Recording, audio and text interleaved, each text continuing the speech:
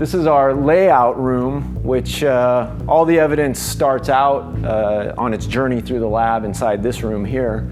The evidence comes from the crime scene. It's brought into the layout room. It's laid out on this table, and all the evidence is then looked over. Basically, we're trying to see if there's any forms of evidence on the items that were brought back from the crime scene, such as hairs, fibers, DNA, fingerprints, things of that nature.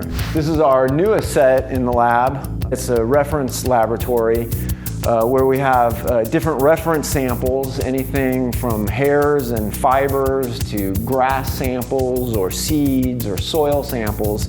And this robotic arm over here can retrieve any of those samples for our analysts to then compare to evidence samples from the crime scene. So this is our Fingerprint Lab, which, as the name suggests, we're analyzing fingerprints in here using chambers such as these for superglue fuming.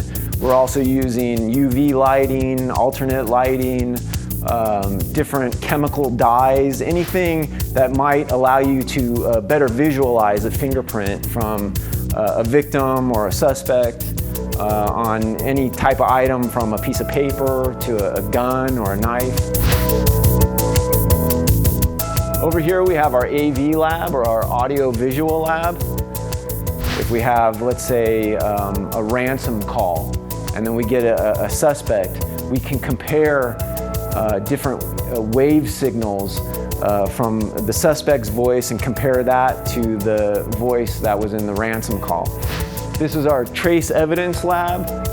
This lab probably serves one of the most important functions in the lab, because anytime you have an unknown sample, which literally you have no idea what it is, it could be a white powder, which could be anything from cocaine to anthrax to anything in between.